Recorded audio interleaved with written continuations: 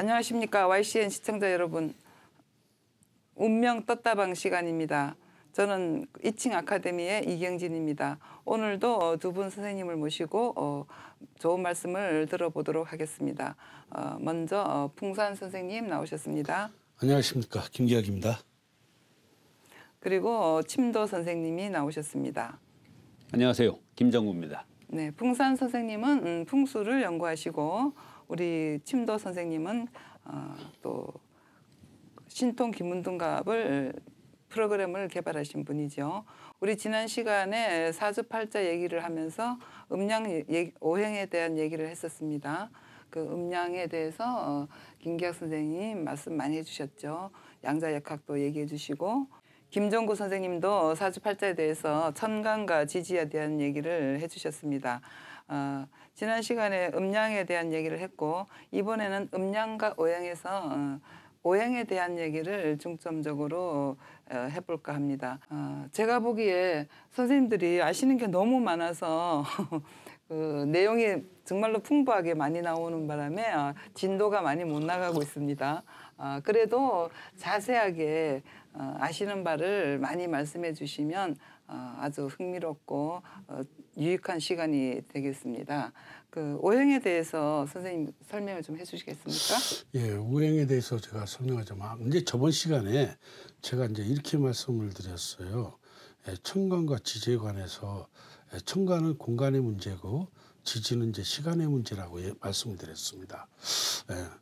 저는 이제 그러니까 오행에 관해서는 시간하고 연관성이 있다라고 얘기를 하고 있습니다. 공간에서 시간이 구현될 때, 공간에는 사실 이렇거든요. 공간에서 이제 뭐 다시 돌아가면 음양론이랑선 공간에서 있는 나타나는 현상론에 불과합니다. 시간이 들어가지 않았을 때 현상론이에요. 그러니까 공간이 크고 작고 밝고 어둡고 이것이 그냥 공간론이죠. 그게 음양론이고 거기서 이제 시간이 이제 드디어 이입이 됐을 때 아인슈타인의 상대성 원리에 의하면 공간은 그때는 축소되기도 하고 커지기도 하고 이제 거기에 따라서 우리가 흔히 느끼는 게 과거로 회귀된다 공간이 미래로 또 빨리 간다 이렇게 느낄 수도 있다고 뭐 얘기를 해요. 그게 아직까지 뭐 과학적으로 구현될 수 있을지는 모르겠으나 근데 어쨌든 간에 제가 사유하는 체제 제가 생각하는 겁니다. 이거는 제가 생각하는 체제 아래서 오행이라는 것은 공간에 시간이 들어갔을 때 그때 드러나는 어떠한 현상적 문제들이다. 그것을 이제 동양에서는 5가지로 봤다.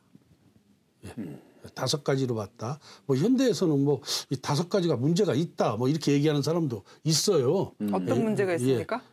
뭐 6가지로 볼 수 있지 않느냐, 7가지로 볼 수 있지 않느냐, 막 이렇게 얘기도 해요. 현재에서는 이제 왜 7가지냐면 이제 뭐 무지개가 7가지 색깔로 나타난다고 해요. 근데 무지개가 공간에서 실제는 어떤 뭐 절묘한 시간과 결합했을 때 나타나는 현상이니까 이게 이제 흔히 얘기해서 이렇게 색 칼라 연구하시는 분들은 그래서 7가지로 볼 수도 있지 않느냐 막 이렇게 또 주장을 하면 뭐 과학적으로 또 증명을 또 어떻게 못하니까 그냥 뭐 그럴 수도 있겠죠 뭐 이렇게 얘기하는데 어쨌든 동양에서는 이제 이렇다는 거죠.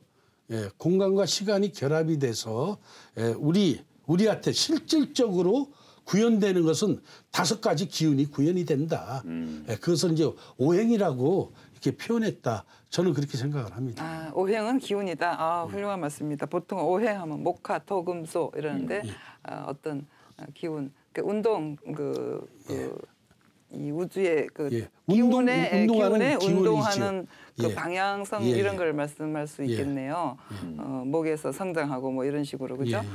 꼭 나무나 불이나 이런 그 어떤 물체에 대입하지 않고 원래는 그렇겠습니다. 그러면 원래는 어떤 기운을 말하는 거예요. 운동 방향, 기운 그죠?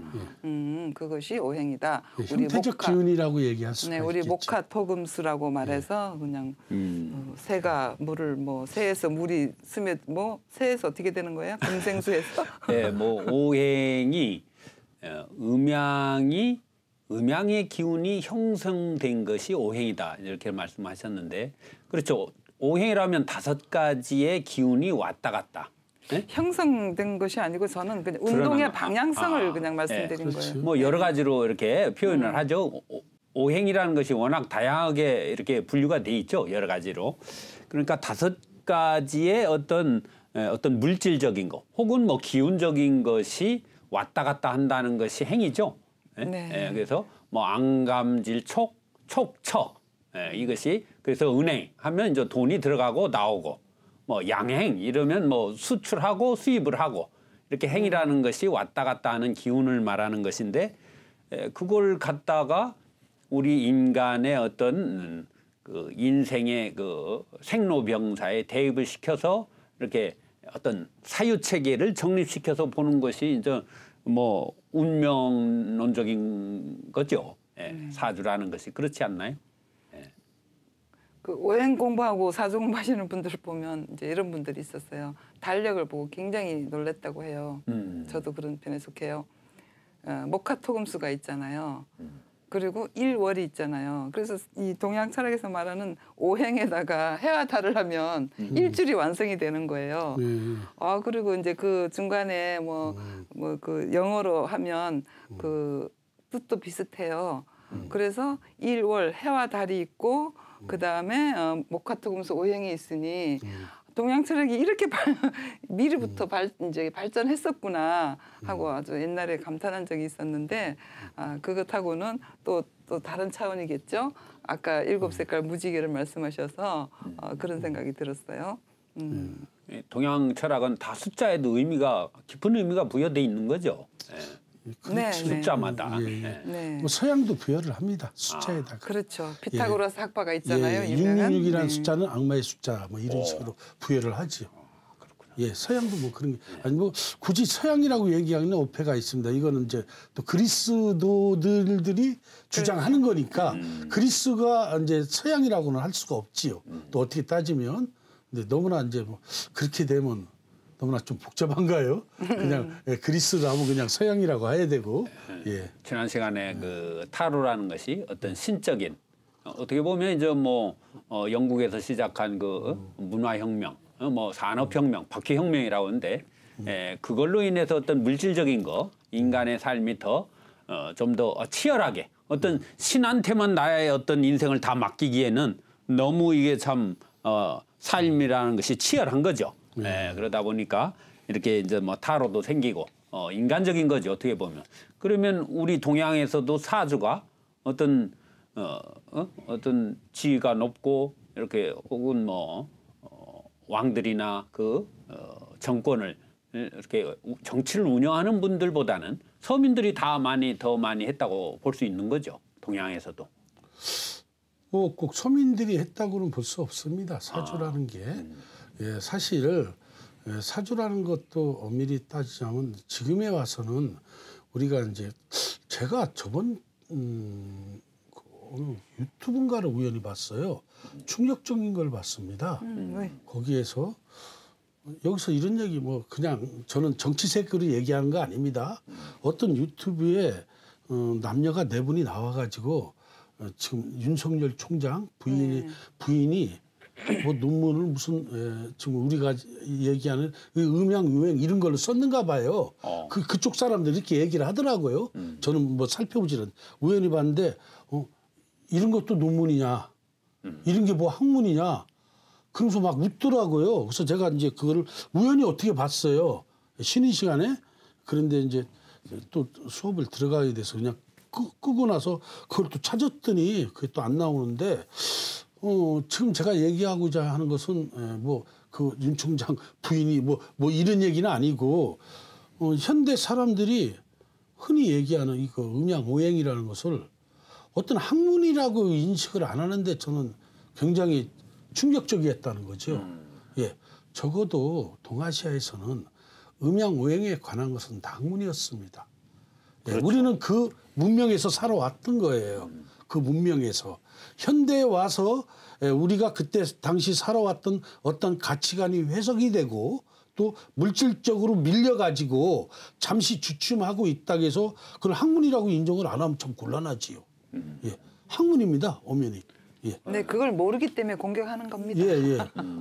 아니 나는 몰라서 공격하는 예, 아니 거예요. 네. 저쪽으로 공감합니다. 왜 그걸 보고 다 충격받았습니다. 왜냐면 지금은 뭐 태양력을 쓰나요? 아라비아 숫자를 뭐 지금 2021년 이러는데 그 당시에는 연호라는 것이 뭐 무슨 경술련 이렇게 그 당시에 어떤 시대의 약속이지 않습니까? 그렇게 할 수밖에 없는 거고 또 서민들만 했던 것이 아니고 가장 중요한 것이 우리 뭐 사대문화 유림들께서는 첫 번째 뭡니까?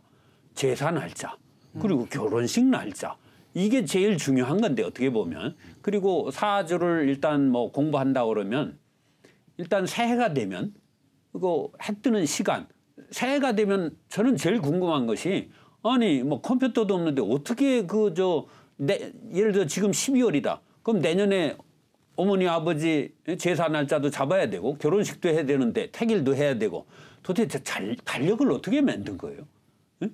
나는 그게 궁금해요 도대체가. 그 해마다 만들어야 되지 않습니까 누군가는? 네. 그 얼마나 그러니까 학문이라는 게 증명이 된 거죠. 예, 사실 뭐 대충 만드는 것도 아니고. 예, 우리가 현재 쓰고 있는 사주 또 이제 사주가 사실 우리가 쓰고 있는 달력, 흔히 만세력 이런 것에 이제 의해서 보게 돼 있지요. 예. 근데 재밌는 게 말입니다. 우리가 현재 쓰고 있는 천세력, 만세력이 서양의 영향을 받았어요. 아 그런 거요. 예, 정말입니다. 서양의 영향을 받아가지고 끊임없이 수정이 됩니다. 예, 많이 받았어요.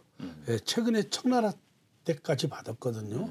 그러니까 서양은 우리보다 점성술을 그러니까 관측이 뛰어나서 서양의 점성술이 동양으로 와서 동양이 받아들여요.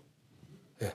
어떻게 보면 더 꽃을 피운 거네요. 예, 그렇죠. 사주라는 학문. 예, 서양에서 코페르니쿠스인가 코페르니쿠스인가 이름이 좀 코페르니쿠스라고 기억을 합니다. 네. 이런 점성술들이 들어와서 막 우리한테 영향을 주기도 하고 또 재밌게 또 아라비아 쪽에 있는 또 어떤 그런 또 점성술이 들어와서 우리 동아시아에 영향을 주기로 했지요. 이제 여기에서 사실 자꾸만 바뀌어져 갔던 거예요. 우리가 현재 쓰고 있는 이 만세력, 천세력이 바꿔져서 현재 이런 거니까 실제로는 현재 우리가 보고 있는 이렇게 사주 팔자 이런 것들이 서양적인 요소도 많이 가미가 됐다. 예. 예. 뭐 이렇게 또 얘기를 할 수가 있습니다. 그것이 이해가 되는 것이 유럽의 그 해양박물관 이런 데 가면 그 천문 관측기구들. 그냥 바다는 전부 다 별을 보고 이렇게 오네. 그러기 때문에 아마 세계를 먼저 제패하지 않았나 이렇게도 생각해 보네요. 좋습니다. 근데 뭐 서양이 뭐 태양이 그 별 보는 게 더 발전할 수밖에 없었지요.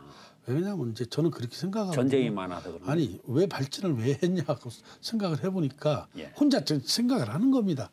누가 뭐 가르칠 때도 없고 걔네들은 지금 사막의 문화가 많죠 우리보다. 그러니까 사막에서는 실제는 끊임없이 방향을 차지해야 되고 그렇죠. 동서남북이 안 보이니까. 뭐 이제 그런 쪽으로 해서 우리보다 그 자꾸만 별을 관찰하는 이런 것들이 더 필요하지 않았을까. 예, 그래서 또 유목민족이니까 끊임없이 이동을 해야 하잖아요. 예, 그래서 이제 우리보다 더 그게 더 발전하지 않았을까. 우리는 농경민족이니까. 예, 우리는 달의 변화만 보면 이제 좀 편했겠지만은 그쪽은 우리보다 더 퍼펙트하게 우리도 이제 별을 관찰하긴 했지만은 우리보다 더 심도 있게 별을 이렇게 보지 않았을까 이런 생각을 해봅니다. 예, 우리 교수님 아까 서두에서 이제 돌아가 보면 아니 그러니까 논문을 동양 철학에 이렇게 빗대어서 그러니까 단순히 도구라고 할 수도 있죠. 학문을 이렇게 좀 쓰기 위해서 했는데 그것을 서양 교육을 주로 받은 분들이 볼 때 뭐 이런 구시대적인 뭐 지금 무당 같은 그런 예를 들면 무당이 나쁘다는 건 아닙니다. 예를 들자면 그런 아주 전근대적인 그런 걸 갖다가 지금 때가 어느 때인데 논문을 썼냐 이런 지금 말씀하셨던 거죠. 때가 어느 때도 아니고 이런 것이 논문이 될 수가 있어요. 당연히 되죠. 이렇게 나가더라고요. 그러니까 당황을 하는 거예요. 동양 사람을 모르니까 그런 거고. 근데 이제 물론 다 젊은 사람들이에요. 네, 네 명이 그렇겠죠. 만나서. 네. 그래서 한 가지 알았습니다. 윤석열 총장 부인이 이런 쪽에 공부를 하지 않았나 싶어요. 그 뭐 한번 저는 그래서 예전에 저는 유튜브니까 예. 이거 뭐 완전하지 않는 겁니다. 네, 예, 유튜브니까. 논문에 대해서 예. 저도 그 잠깐 들은 얘기가 있는데 그렇습니까? 지인분이 그 유튜브 동영상을 보내줘서 제가 봤는데 본 길에 이제 또 흥미롭기도 해서 잠깐 추적을 했더니 예. 어떤 운세 포탈 같은 느낌 있잖아요. 그런 거를 그러니까 가지고 운세 콘텐츠를 만들기 위해서 예. 그런 논문을 쓴 것으로 제가 찾은 것은 그랬어요. 그 사람이 뭐 이렇게 사주관상 이런 걸 뭐 그 대표로 뜬 그 문자에는 뭐 사주관상으로 썼다 이렇게 돼 있는데 제가 찾아본 것은 그 운세 컨텐츠에 관련된 그런 운세 컨텐츠 컨텐츠로 썼군요. 그러니까 그러기 위해서는 이제 또 그런 것들이 필요했을 수도 있죠. 논문 내용은 보지 않았어요. 근데 이제 우리는 어쨌든 동양을 했으니까 이 사람 이런 거 했구나 하고 그렇게 넘어갈 수 있는데 젊은이들이나 이렇게 지금 요새는 젊은 사람들도 이 역학 공부하는 사람 굉장히 많습니다. 제가 알기로. 아니 저는 뭐 그렇다고 해서 근데 이제 젊은이들은 어쩌면 정치적인 거라서 젊은이라고 비난하면 안 되고 정치적인 목적으로 그렇게 말했을 수도 있다고 보죠. 어떤 면에서 보면 현대 젊은이들이 갖는 이 다양성 또 우리 개성 있는 그런 생각들 그리고 또 우리 시대만 해도 어떤 종교적인 어떤 이 프레임에 갇혀 있을 가능성이 컸는데 탈종교화 이런 것들은 아주 즐겁기도 하고 어찌 때는 굉장히 역동적이기도 합니다. 그래서 뭐 그분들을 뭐 그렇다고 해서 놀랬다는 얘기지 뭐 비난하려는 의도는 없다. 그렇죠. 그래서 운명 떴다방이 더 중요해. 이런 각자의 관점을 거죠. 말하는 거니까 비난할 필요는 없고 그 비난한 사람을 또 비난할 필요도 없는 거고 그죠? 전에 뭐 사주 공부하면서 이제 의문 그런 연호 뭐 이런 게 이제 올해 같으면 이제 신축년이라고 하는데 그 예전에는 왕의 가장 큰 업무는 시간을 알리는 것이다. 때를 알리는 것이다. 백성들한테 언제 씨를 뿌려야 되는지 언제 추수를 해야 되는지 이게 왕으로서 가장 중요한 임무고 유일하게 왕이 무릎 꿇을 때가 비가 안 올 때다 이런 말을 봤는데 그렇죠. 연호가 지금 뭐 2021년 쓰는데 신축년이나 달력을 보면 다 나옵니다. 연호가 나오는데 연호가 왜 그렇게 중요하냐? 일제 36년 동안 왜군이 쳐들어오면 첫 번째 정권을 잡으면 어떻게 합니까? 연호부터 바꾸는 거거든요. 연호를 바꿔야 그 연호를 갖고 만세력을 써서 모든 백성이 그걸 기준해서 제사 날짜를 잡고 결혼 날짜를 잡아서 실질적인 지배를 한다. 연호라는 것이 한 나라를 이렇게 점령했을 때 첫 번째 바꾸는 첫 번째 일이 그것인데 그만큼 중요한 건데 지금 시대가 변했다고 그렇게 하는 것은 우리 이 떴다방에서 그런 것도 좀 바꿔야 되지 않느냐 인식을 이런 생각도 해봅니다. 적극적으로 더 연구하고 분발해야겠어요. 뭐 여기하고 연호하고 과연 무슨 관계가 있을까? 그렇지. 이렇게 좀 얘기를 들으니까 올해 태어나면 이제 신축년 이렇게 하니까 이제 또 그 연호라는 거는 그냥 간단하게 정치적입니다. 그렇죠. 정치적이에요. 그래서 자기가 재임 중에 연호를 바꾸기도 합니다. 그 연호를 바뀔 때는 틀림없이 이 사람이 어떤 개혁이라든지 어떤 뭐 하려는 그 유정제가 목적이 있지요. 또 뭐를 하고 나서 바꾼다든지. 그래서 그건 굉장히 정치적이었던 게 연호고, 굉장히 그래서 뭐 흔히 얘기하는 이제 일제 때는 무슨 뭐 태화 몇 년 뭐 이렇게 쓰고, 또 참 부끄럽게도 우리 이제 이시조선 하에서는 대명 뭐 몇 년, 뭐 숭정 몇 년 이렇게 썼지요. 그러니까 그만큼 그게 정치적이라는 얘기죠. 그렇게 해서 어떤 국민들을 이렇게 이제 실질적으로 지배하고 다스리려고 하는 목적이 있는 것처럼 그렇게 이제 사주를 구성하는데 어떤 그 시대의 어떤 문자로서 하는 것을 이해를 해야지 뭐 이렇게 이 시대에 뭐 우리는 뭐 사주 안 봅니다. 종교를 믿기 때문에 안 봅니다 이러는데 뭐 안 믿어도 잘 먹고 잘 살잖아요. 사실은 또. 그렇죠. 네. 네. 그죠?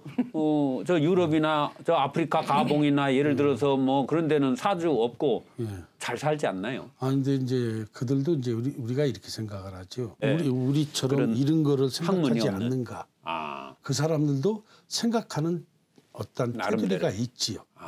예, 테두리가 있죠. 다만 오행이라는 어떤 공식이 없는 거죠. 예. 우주 변화의 원리를 설명하는. 이제 우리처럼 이렇게 또 설명하지 않아도 자기들만의 어떠한 그렇죠. 방법이 있겠지요. 자기들만의 오행이 있다고 볼 수도 있는 거죠. 그러니까 저는 이제 아까 이제 그런 말씀을 하시더라고요. 뭐 그거 사주라는 거 나 종교 믿으니까 안 봐도 다 잘 먹고 잘 살아. 이제 이렇게 종교를 믿는다는 자체가 믿는 목적이 있을 거 아닙니까? 그렇죠.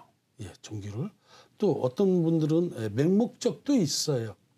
실제로 종교를 위해서 존재하는 사람이 있다면 그분들하고는 여기하고는 톤이 얘기가 안 되는 거고 만약에 종교를 믿는 목적이 자기의 행복을 위해서 믿는다고 하면 그 사람은 종교라는 것을 통해서 우리가 사주를 보듯 하고 있는 겁니다.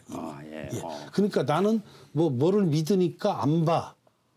이렇게 얘기해서는 안 되죠. 나는 이런 방법으로 인생을 살아가 이렇게 얘기해야죠. 예. 그들도 그들의 그 방법이거든요. 종교인들의 방법. 그 사람은 사주가 좋기 때문에 잘 타고났기 때문에 안 봐도 잘 먹고 잘 사는 관심이 것일 수 없는 거죠. 있어요. 그렇죠. 볼 필요가 없는 거죠. 그렇죠. 관심이 없는 거고. 대체적으로 이렇게 얘기를 해요. 사주를 보는 거는 치흉피길이라고 합니다. 정확하게. 그거는 뭐 책에 나와 있는 거죠. 치흉피길. 아니야. 반대로 됐어. 피흉치길. 피흉치길. 다시 피흉치길이에요. 피흉치길인데 그러니까 흉한 거는 피하고 길한 것은 이제 취한다. 이런 문제 때문에 보는 거지요. 이런 문제 때문에. 그러면 그것을 왜 보냐는 거죠. 가만히 있어도 되는데 겸손하니까 보는 거예요. 내가 아는 것 같아도 겸손하니까 물어보는 거예요. 내 사유체계보다 더 나은 사유체계한테 한 번 더 물어보는 거죠. 걱정이 많아서 물어보는 거 아니고요. 걱정이 많아서 물어보죠. 걱정이 많아서 물어보는 사람과 겸손해서 물어보는 사람은 틀리지요. 제가 이제 적어도 얘기하는 그 겸손해서 물어본다는 사람은 이미 알고 있음에도 어떤 사주라는 것으로 보는 사람들. 확인하는구나. 돌다리도 두드리는 사람. 주역이라는 체계로 점을 치는 사람들. 이런 사람들을 얘기하는 겁니다. 그런데 겁이 나서 이렇게 본다. 실제는 이제 가끔 이제 이런 소리예요. 겁나서 사주를 봅니까? 겁나면요. 안 보죠. 사람들이 신을 찾아가요. 맞습니다. 겁이 나면 신을 먼저 찾아요. 그렇죠. 적어도 이 원인이 뭘까 이렇게 생각하는 사람은 겁에 사로잡힌 사람은 아니에요. 적어도 그걸 깨고 나온 사람이지. 오늘 아주 멋있는 말씀 들었습니다. 멋있습니까? 저 개인적으로 그렇게 생각합니다. 그런 측면을 생각 못 해봤거든요. 그리고 뭐 주역을 뭐 하되 점을 안 본다 그런 말을 많이 들어봤던가 늘 의문이 있었어요. 뭐 실컷 공부해놓고 뭐 안 본다고 그러고. 그럼 점치지 왜? 않아도 안다는 겁니다. 그러니까 겸손하고 이렇게 그런 측면을 생각 못 했었습니다. 그걸 뭐 어떤 이게 맞나 안 맞나 거기다만 놓고 우리가 뭐 이렇게 어디 잘 맞추나 못 맞추나 어디 보자 이렇게만 생각했지. 겸손하기 때문에 겸손하니까 보는 겁니다. 참, 그것은 이제 겸손하니까 어떤 점이라는 체계를 이용을 해서 천지자연의 뜻을 한번 엿보는 거지요. 그렇죠. 뭐 세상 사람들은 그 학문을 공부도 안 해보고 책 몇 권 보지도 않고 그게 맞느냐 뭐 이렇게 하기 쉬운데 그렇죠. 공부하는 사람으로서의 자세는 아니지만 내가 돈 주고 봤으면 잘 맞춰야지. 뭐 그래야 뭐 흉을 피하고 길을 쫓든지 어떻게 좋은 방향으로 좀 생각을 해보든지 날짜를 바꾸든지 할 거 아닙니까? 음양오행 이런 얘기를 하다가 또 사주팔자 얘기가 나왔어요. 그죠? 또 사주팔자. 사주팔자에 뭐가 걸리는 게 많은 것 같아요. 사주팔자에 대해서 다음 시간에 또 한번 자세히 더 알아보도록 하고 오늘은 음양과 오행에 대해서 말씀을 나누셨습니다. 두 분 선생님 오늘 수고 많으셨습니다. 네, 감사합니다. 감사합니다.